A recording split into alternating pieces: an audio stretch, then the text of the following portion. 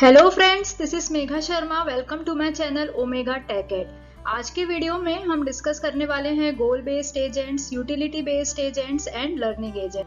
गोल based agent expansion है model based agent का। Means model based agent में ही जब हम एक्स्ट्रा इंफॉर्मेशन गोल ऐड करते हैं तब इस तरह के एजेंट को हम गोल बेस्ड एजेंट बोलते हैं। यहाँ पे जो टर्म हम यूज कर रहे हैं गोल्स, उसका मतलब होता है सिचुएशंस दैट आर डिजायरेबल।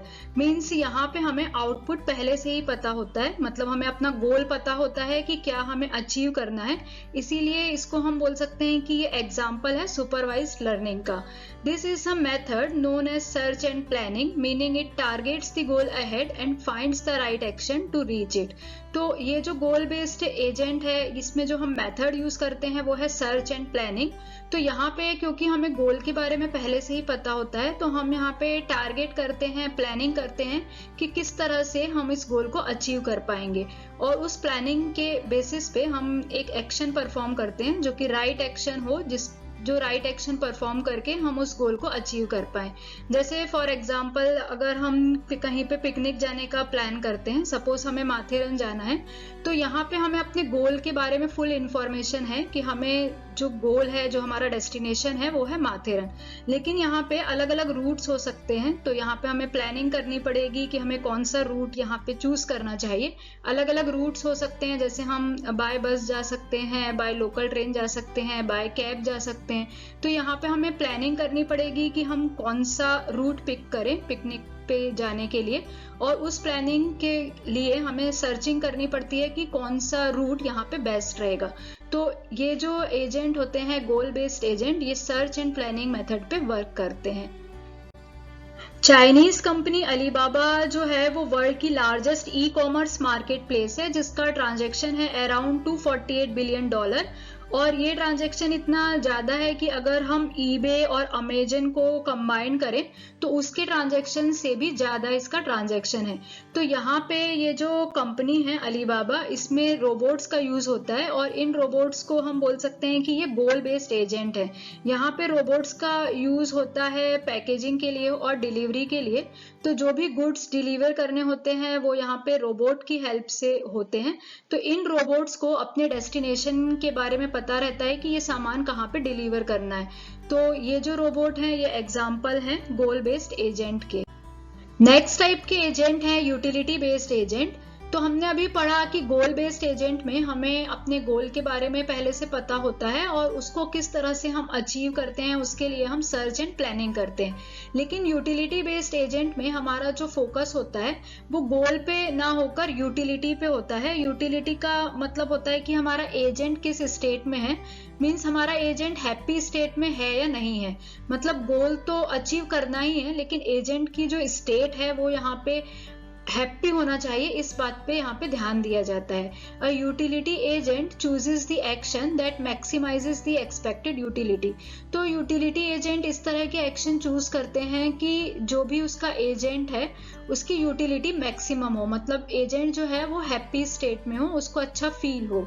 यहाँ पे यूटिलिटी फंक्शन हम यूज करते हैं to determine whether the agent is happy और नॉट। तो यूटिलिटी फंक्शन जो होते हैं वो यूज किए जाते हैं। Utility function maps a state onto a real number which describes the associated degree of happiness।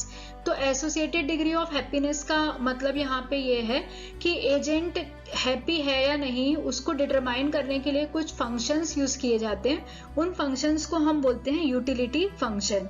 तो यहाँ पे यूटिलिटी फंक्शन जो होते हैं वो डील करते हैं हैप्पी और अनहैप्पी स्टेट से, कि एजेंट की स्टेट क्या है। अब जैसे फॉर एग्जांपल हम अगर जीपीएस का एग्जांपल लें, तो हमको किसी डेस्टिनेशन पे अगर पहुंचना है तो डेस्टिनेशन तो ठीक है कि हमें पता है कि हमारा गोल क्या है, लेकिन उस डेस्टिनेशन को रीच करने के लिए हम कौन सा रूट ले रहे हैं, उस रूट में अगर ज्यादा ट्रैफिक होगा तो ऑब्वियस है कि हमारा एजेंट वहां पे हैप्पी नहीं होगा, क्योंकि उसका बहुत टाइम वेस्ट हो रहा होगा।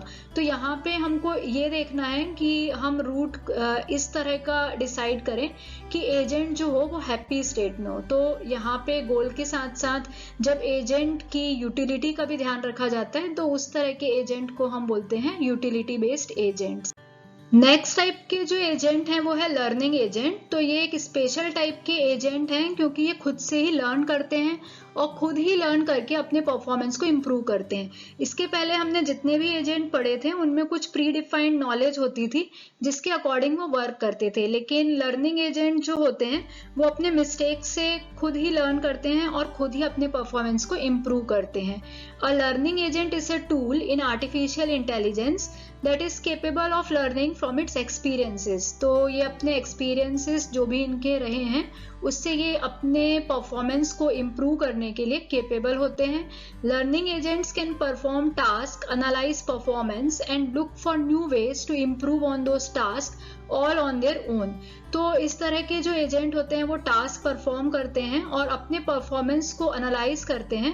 एनालिसिस करने के बाद ये देखते हैं कि कौन से और तरीके अब कर सकते हैं, कौन सा और न्यू वे अप्लाई कर सकते हैं कि इनकी परफॉर्मेंस इम्प्रूव हो। तो इस तरह से ये अपने आप ही लर्न करते हैं, अपनी मिस्टेक से लर्न करते हैं और अपने परफॉर्मेंस को इम्प्रूव करते हैं। All agents can improve their performance through learning. तो सभी एजेंट अपनी परफॉर्मेंस को इम्प्रूव कर सकते हैं लर्निंग के थ्रू। लर्निंग एजेंट में मेन 4 कंपोनेंट्स होते हैं। फर्स्ट कंपोनेंट है क्रिटिक। क्रिटिक का जो मेन काम होता है वो होता है जो भी लर्निंग एजेंट हैं उनके एक्शंस, जो भी वो एक्शन परफॉर्म कर रहे हैं उसका क्या आउटकम है उसको डिटरमाइन करना और उसके बेसिस पे फीडबैक प्रोवाइड करना। तो यहाँ पे क्रिटिक जो है वो मेजर रोल प्ले करते हैं क्योंकि ये फीडबैक प्रोवाइड करते हैं और इसी फीडबैक के बेसिस पे आगे जो हमारे लर्निंग एलिमेंट हैं वो लर्निंग अपनी कंप्लीट करते हैं। तो जैसे फॉर एग्जांपल हम देखते हैं कि जो भी हमारे टीचर्स होते हैं, कोचेस होते हैं या गाइड्स होते हैं वो हमें टाइम पे अपना फीडबैक देते रहते हैं। तो उस फीडबैक के बेसिस पे हम अपना परफॉर्मेंस इम्प्रूव करते हैं और कुछ ना कुछ लर्निंग करते हैं।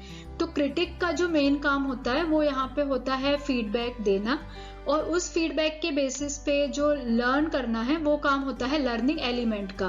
तो लर्निंग एलिमेंट मतलब जो सीखता है, जो अपने फीडबैक जो उसको मिला है उसके बेसिस पे जो भी इम्प्रूवमेंट करने का काम है वो होता है लर्निंग एलिमेंट का।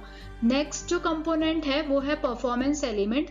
परफॉर्मेंस एलिमेंट जो है वो एक्शन परफॉर्म करता है, मतलब जो भी एक्शन हमें लेना है, जो भी एक्शन हम चूज करते हैं वो जो काम है वो काम होता है परफॉर्मेंस एलिमेंट का।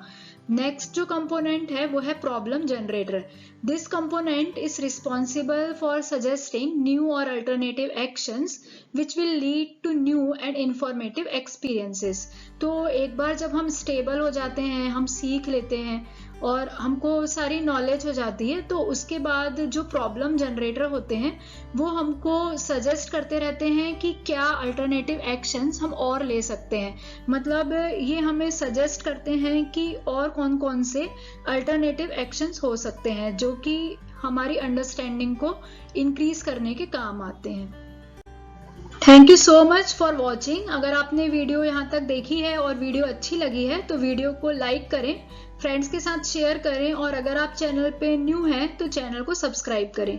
नेक्स्ट वीडियो में हम डिस्कस करेंगे प्रॉब्लम सॉल्विंग एजेंट्स।